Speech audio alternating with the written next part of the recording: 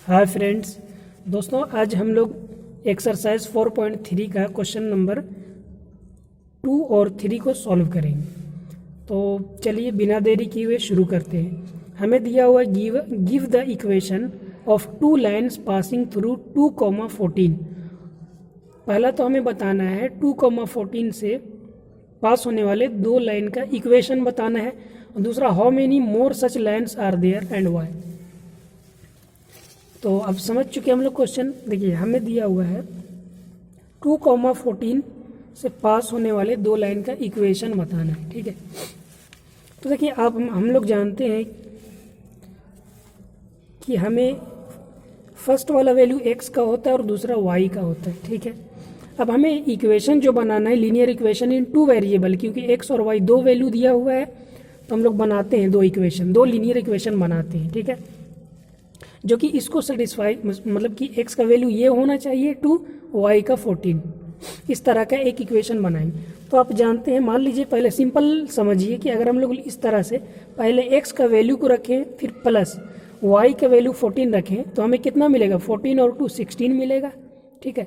तो अब देखिए मतलब ये हुआ कि x की जगह में हम लोग बोल सकते हैं कि इस रिलेशन को देखकर पहला तो इक्वेशन बन जाएगा हमारा x plus y is equal to 16। ये हो गया पहला फर्स्ट इक्वेशन, ठीक है, फर्स्ट इक्वेशन हुआ।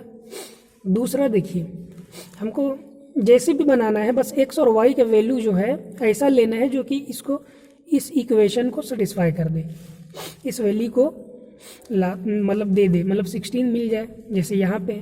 अब मान लीजिए दूसरा हम लोग इक्वेशन बनाना चाहते हैं तो हम लोग ऐसे बना सकते हैं, एक और रिलेशन दोनों में ढूंढते हैं। हम लोग ऐसे बोल सकते हैं कि 2 और 14 में हम लोग, या फिर हम लोग ऐसा लिख सकते हैं, दूसरा हम लोग इस तरह से ले सकते हैं। मान लीजिए कि मतलब 2 प्लस 14 इज इक्वल टू 16 आ रहा है, तो कुछ हम लोग यहाँ पे एक्चुअल में ये है x और ये है y, ठीक है।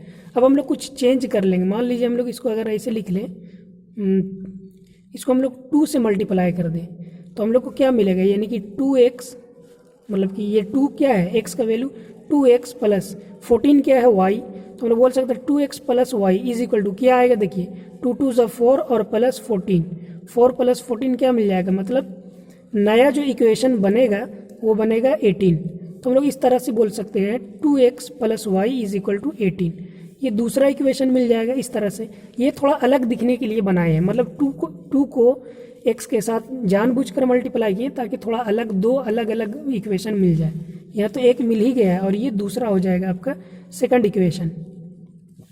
आप और ना कुछ भी और ले सकते हैं, x को 2 से मल्टीप्लाई कर दीजिए और y को 3 से, फिर आप ना मतलब इस वैल्यू से आप कैलकुलेट करके जो भी आएगा उसको उससे इक्वेट करा दें, तो भी नया टाइप का आपको ये मिल जाएगा। बस आपको x और y का वैल्यू, मतलब आप देखिए x का वैल्यू 2 रखेंगे तो 2 2 ज़ा 4 और y का वैल्यू 14 है, तो 4 और 14 18 आ जाएगा, मतलब ये भी इक्वेशन सही है जो 2,4 से पास हो रहा है।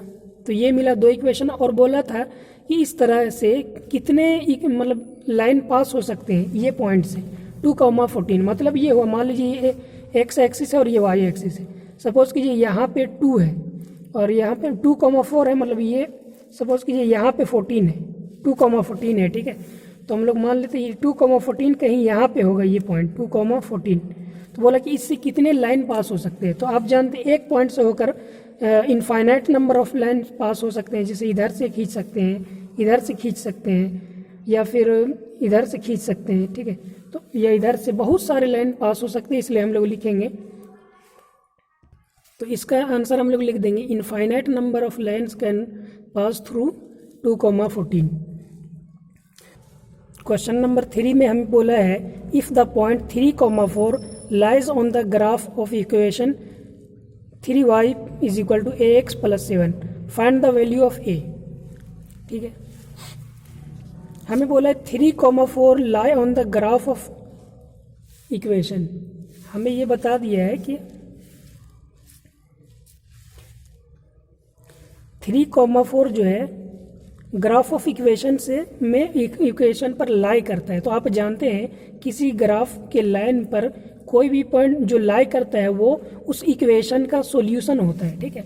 मतलब आप सिंपल ऐसे समझें कि ये जो दिया हुआ ये एक्स का वैल्यू है और ये वाई का वैल्यू है, मतलब जो भी इक्वेशन होगा वहाँ पे हम एक्स की जगह पर 3 रखें और वाई की जगह पर 4, तो वो उस इक्वेशन को सेटिस्फाई करेगा। और हमें इक्वेशन दिया हुआ है 3y = ax + 7।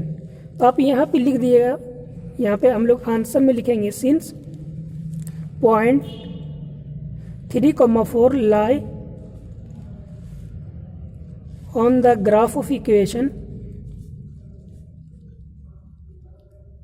ठीक है, therefore आप यहाँ पे ऐसे लिख सकते हैं therefore 3,4 must be solution of the equation।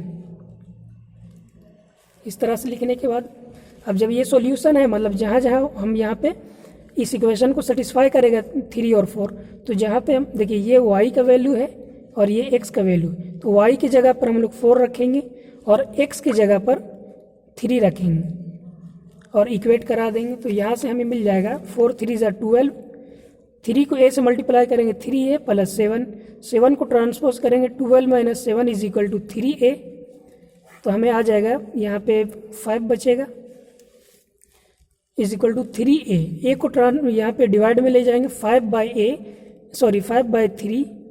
= a, यानी a का वैल्यू आ जाएगा 5/3।